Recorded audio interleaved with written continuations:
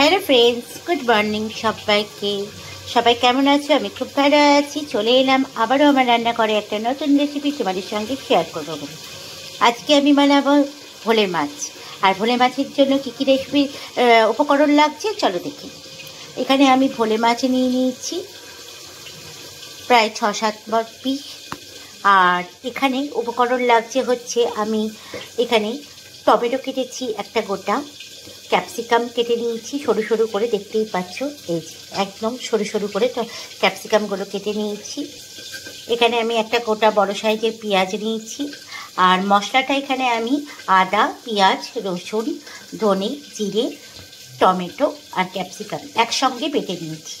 চলো এবার রান্নাটা শুরু করি।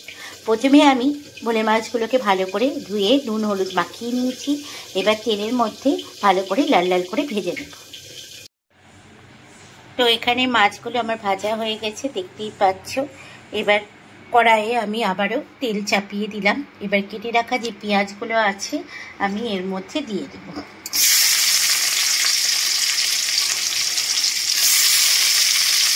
এবার পেঁয়াজগুলো একটু লাল লাল করে ভেজে নেব।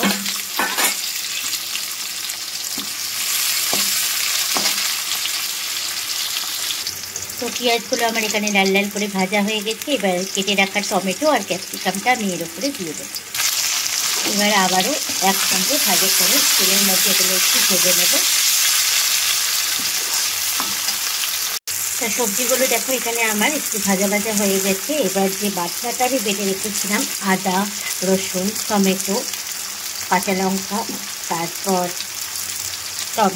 ক্যাপসিকাম সব আমি একসঙ্গে বেটেছি। এবার এই মশলাটা আমি এর মধ্যে দিয়ে দিলাম।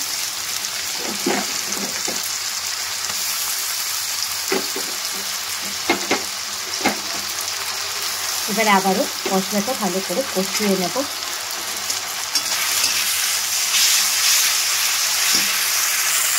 এবার মশলা থেকে তেল ছাড়তে শুরু করেছে। এবার আমি স্বাদ মতো লবণ দেব। আর দিলাম 1 চামচ হলুদ আর 1/2 চামচ কাশ্মীরি লঙ্কার গুঁড়ো। এবার একসঙ্গে সব ভালো মতো টেনে নেব। তো দেখো মশলা থেকে আমার তেল ছাড়তে শুরু করেছে। এবার ভেজে রাখা মাছগুলো আমি এর মধ্যে দিয়ে দেবো। এই ভোলা মাছ কিন্তু একদম কষা কষা খায়, কোনো ঝোল থাকবে না, একবারে গায়ে লাগা লাগা হবে। তো এবার দেখো মাছগুলো দিয়ে মশলার সঙ্গে ভালো করে মাছগুলো আমি এরম করে নেড়ে দেব।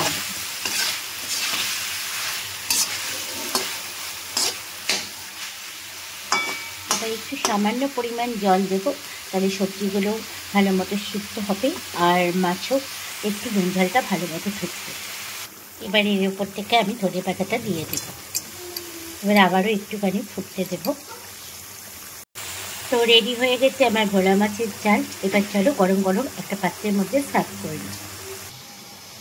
তো রেডি হয়ে গেছে, তো গরম গরম সার্ভ করে নিয়েছি একটা পাত্রের মধ্যে। রেডি হয়ে গেছে আমার ভোলা মাছের ঝাল। তো এই রেসিপিটা তোমাদের কেমন লাগলো অতি অবশ্যই কমেন্টস করে জানিও। যারা আমার নতুন বন্ধু তারা কিন্তু চ্যানেলটা সাবস্ক্রাইব করতে ভুলো না যেন। যদি ভালো লাগে তাহলে লাইক করবে, আর এরকম নতুন নতুন অনেক রেসিপি তোমরা দেখতে পাবে। তাহলে আজকের মতো রাখছি, দেখা হচ্ছে আবার একটা নেক্সট ভিডিওতে তোমাদের সঙ্গে। সবাই ভালো থাকবে, সুস্থ থাকবে।